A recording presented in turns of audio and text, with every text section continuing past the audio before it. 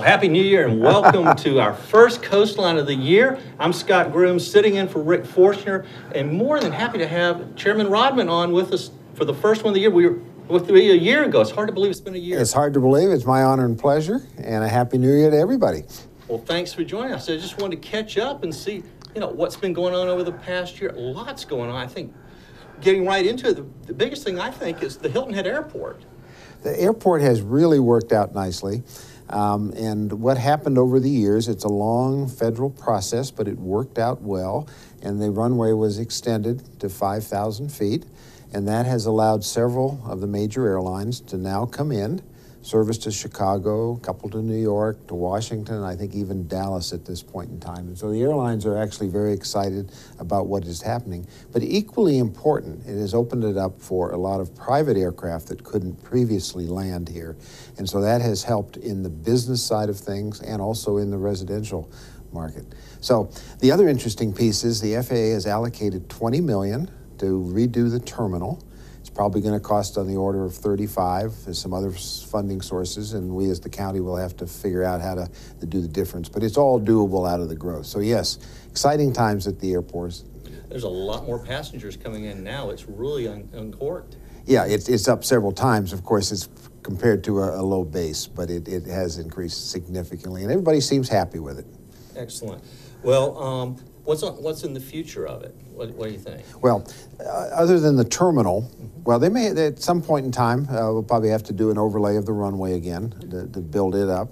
But I think the terminal is the next big piece, and we actually have to hustle on that because the $20 million has to be committed by the end of September in order to use that money. So we have to get the design done and get it bid and have it under contract. But we'll get it done. Absolutely.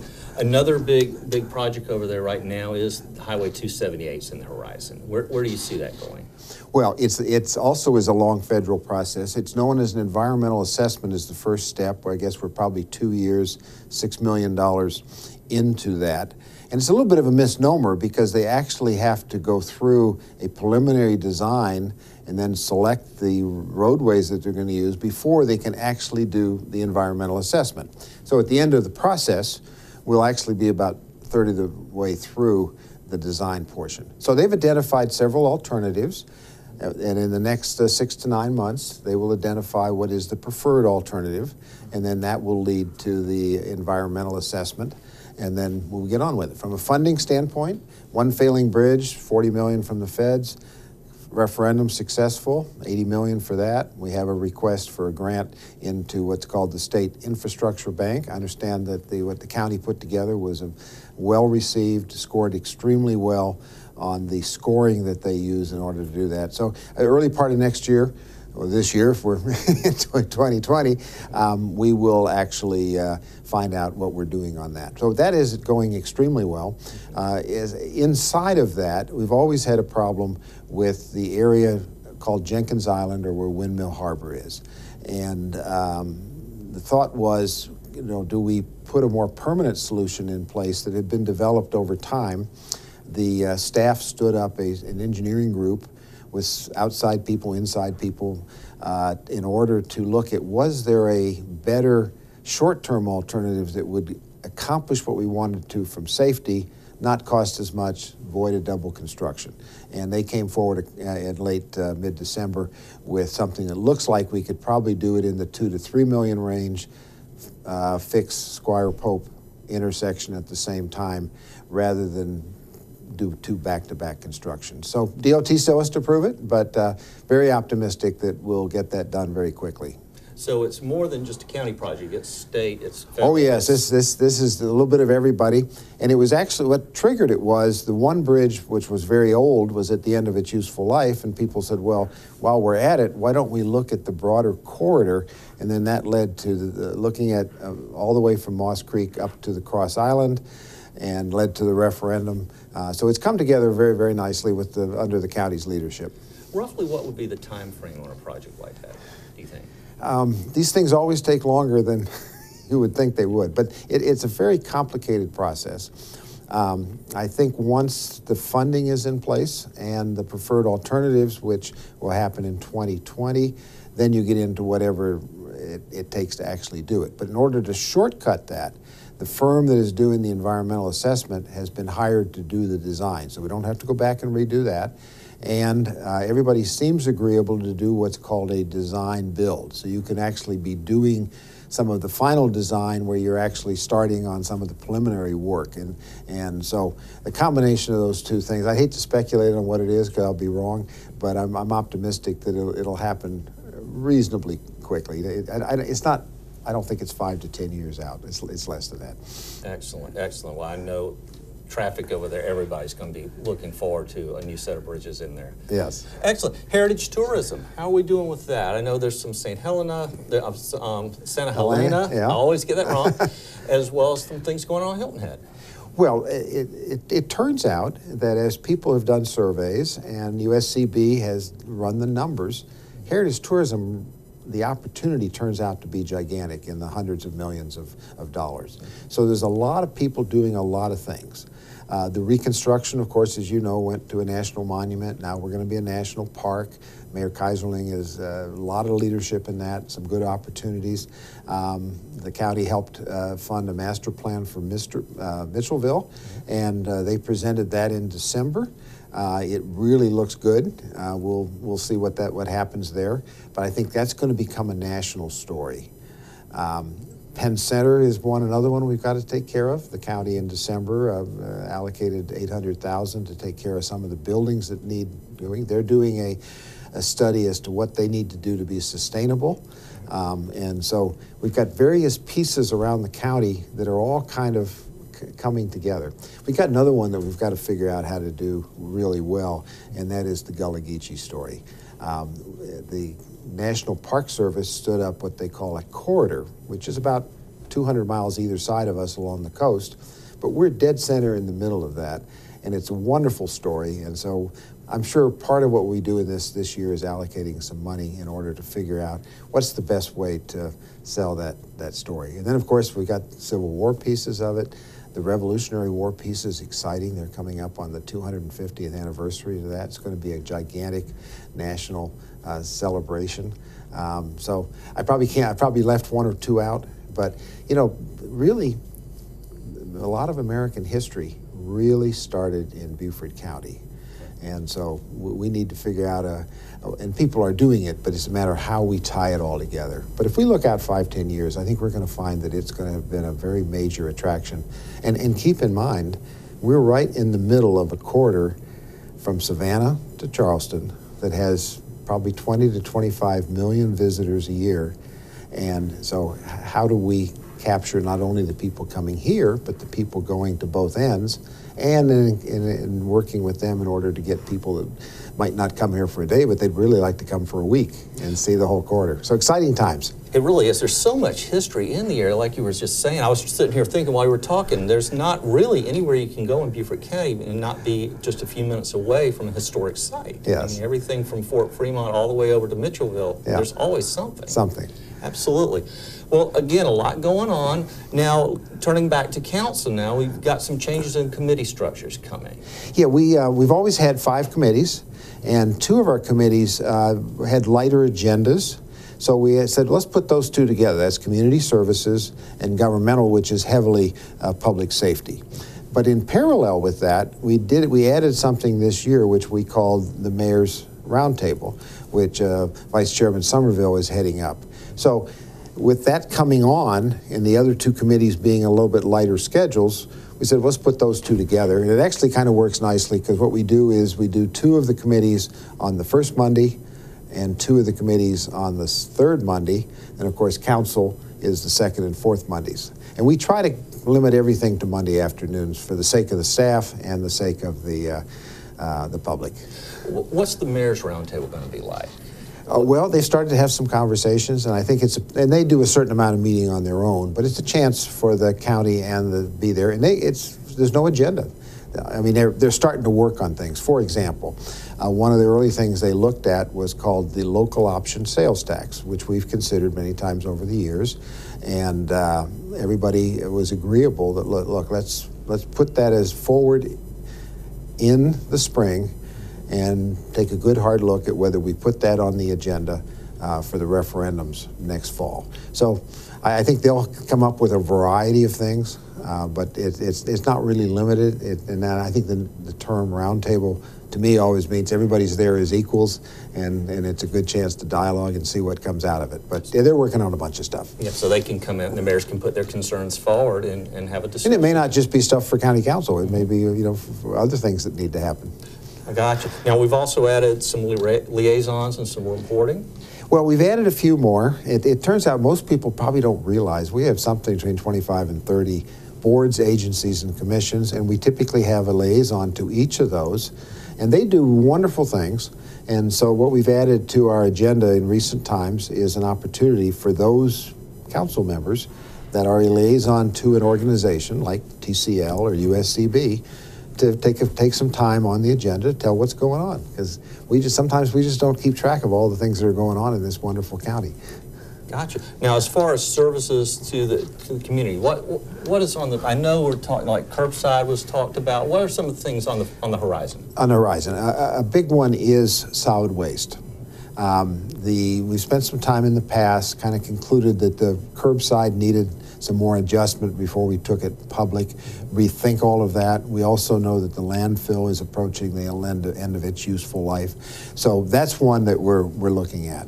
Another one is stormwater. And we typically have had stormwater in the county. What we're all looking at is a regional stormwater authority. And we would actually do that by watershed.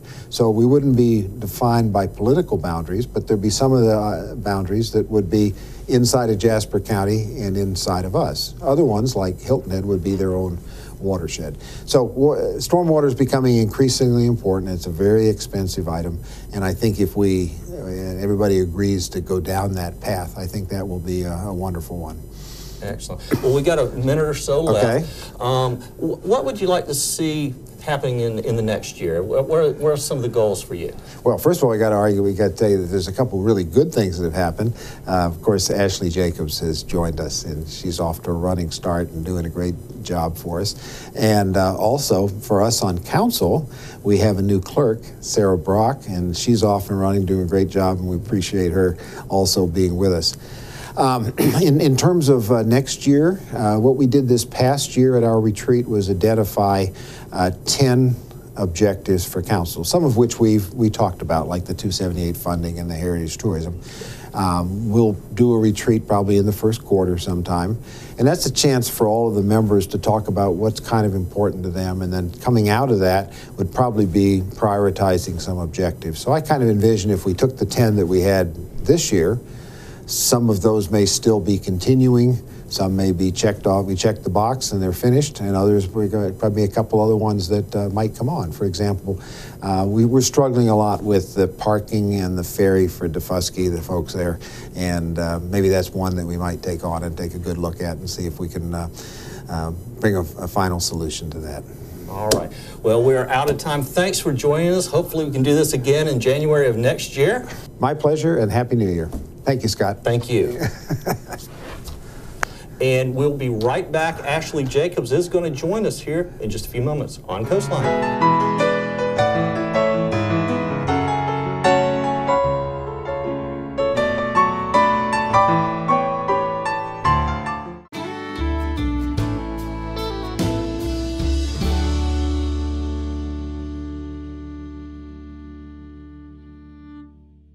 The one-stop shop is located in the administration building on the second floor in room 225. Before the one-stop shop, people didn't like that you had to go upstairs, downstairs, and possibly once you were upstairs, you had to go back downstairs to see another department. So with the one-stop shop, we consolidated those so it's one location where you will have the zoning department, the business license department, and the building codes department. It's literally one stop for your permitting and licensing.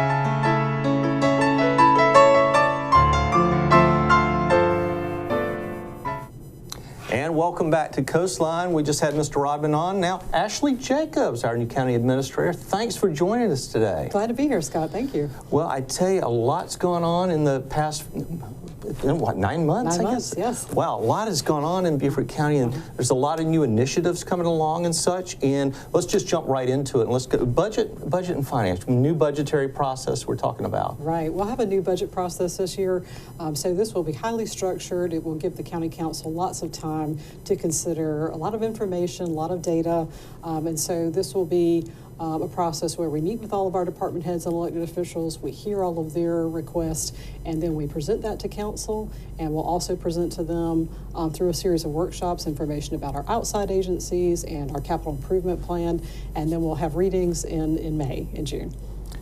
Well, the budget process is definitely going to be different this year from what we've done in the past. So it's a little bit of change with the budget book and such. So tell us a little bit about how that works. Sure, and it actually will be quite different than what we did last year and what we've done in most recent years. So we will actually have a budget book, and it will have line item budgets for every department, every outside agency, and then we'll have all that material available online. Okay, excellent, excellent. So the general public can just hit our website and they can see exactly where their money's going. Exactly, they'll be able to see a very high level of detail. Excellent. And then going on from that, along with the budgetary process, now the county, we're looking at some new incentives for county employees. I know there's a number of new initiatives going on. Yes. Can you tell us a little bit about what we're doing? Sure. So recently, County Council approved sick leave for our employees, so we'll have an additional to vacation time. We'll also be looking at paid parental leave for both men and women in January, and that will be for anyone who's had a baby or who's adopted a child or becomes a legal guardian, and they'll have time at home with that child. We're also looking at some new training programs for customer service, management training, leadership development, and wellness. And a lot of that was done. You did a study to see how we stacked up against other counties in the state. Correct. So we will be conducting a new compensation and classification study in the next few months, and so that we can find out what we need to pay our employees to be more competitive. Excellent, excellent. Now, also talking about let's talk about the environment a little bit.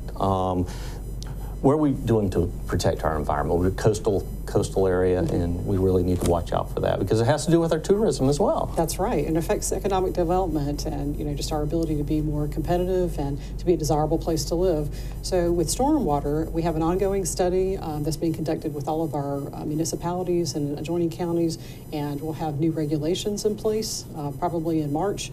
And those will be standardized regulations that will help us be more consistent and provide a stricter level of protection.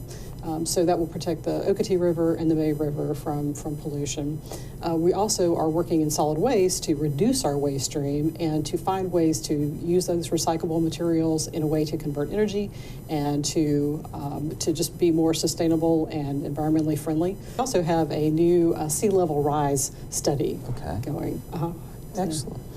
And then let's talk infrastructure and facilities. We've got 278. The county. We were doing a pre-interview and we were talking about how many buildings the county owns. I mean, yes. Yeah. So the county owns 114 buildings, and we will be starting a new facilities master plan soon to look at all of those buildings, to conduct a space needs assessment because we've outgrown many of those buildings, and so we need to look at what space we need in order to accommodate our employees, but also to better serve the public and provide some dignified spaces for them.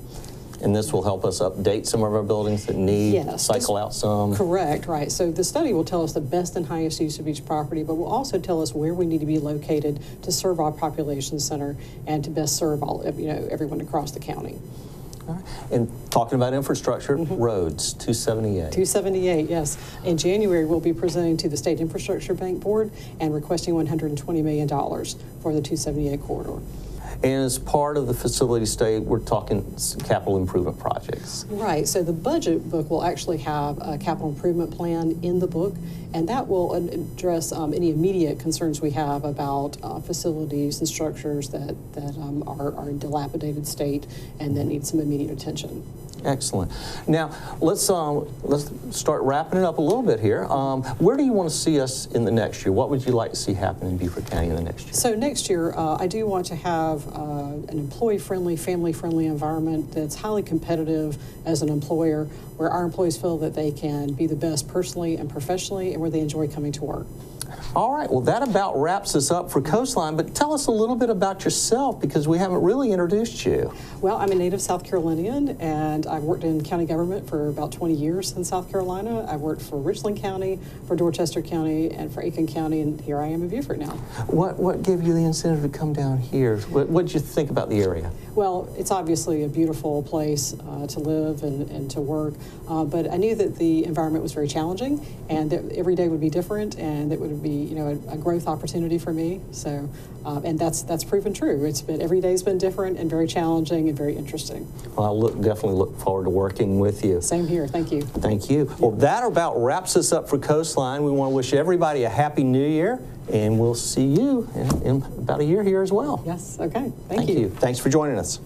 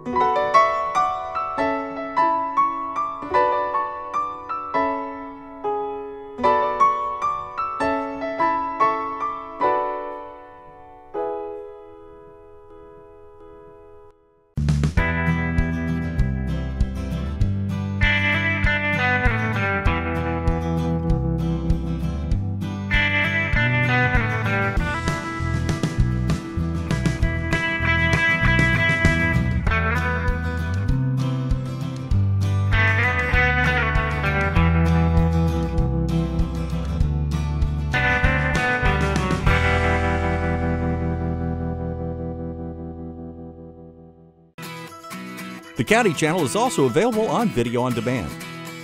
Go to BeaufortCountysc.gov, scroll down to Public Meetings, click Watch Now, and then click the Video on Demand button and select your program from the list. Call the meeting to order. If you'd like a DVD of this program, click on the link on the right and fill out the order form. And thank you for watching the County Channel.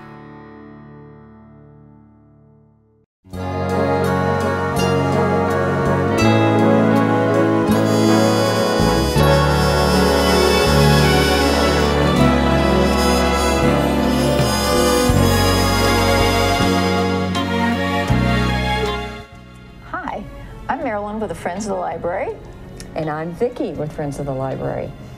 And we're here to tell you about a program that the Friends of the Library offers down at USCB on Carteret Street in the auditorium in January and February. And that program is book sandwiched in. 8 local members of our community choose a book that they would like to present and talk about from 12 to 1 o'clock in January and February. And Marilyn, tell us some more about it.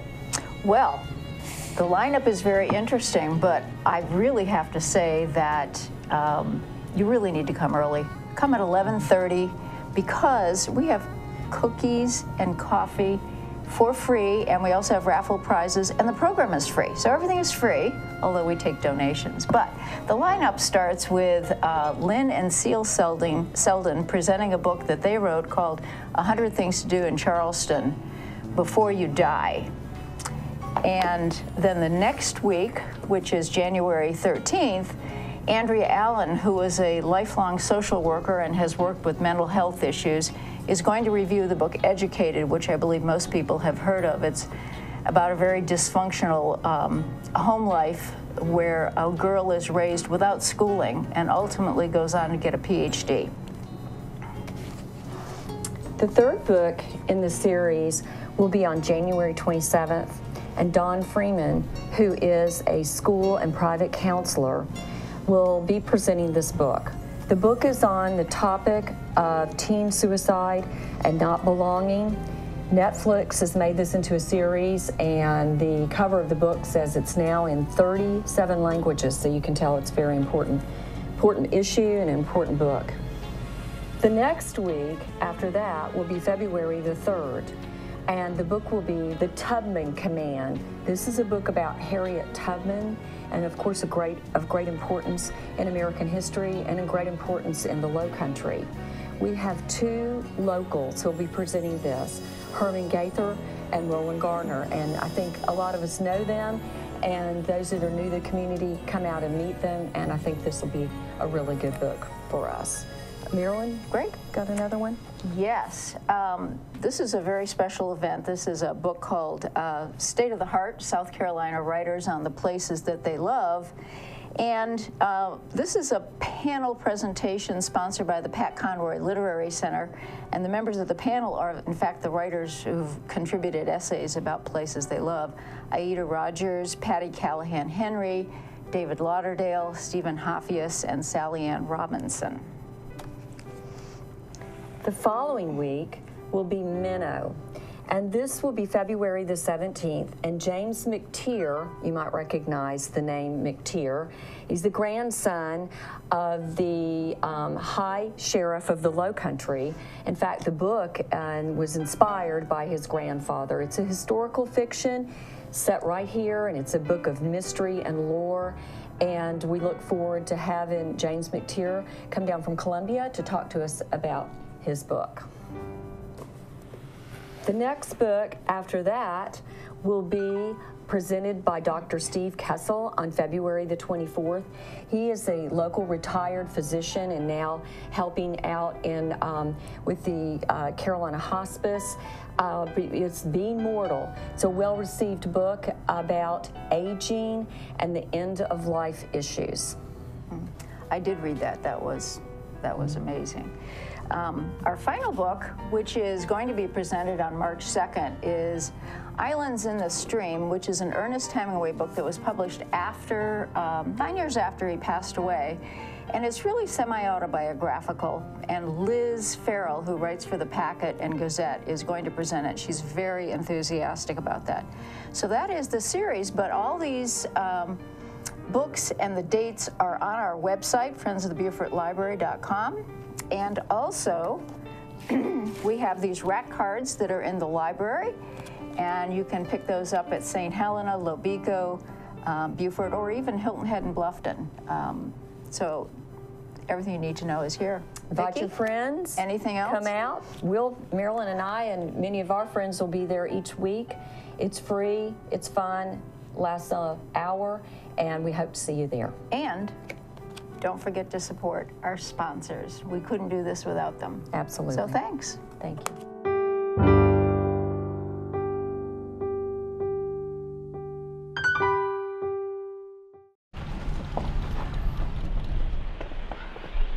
Got a quarter?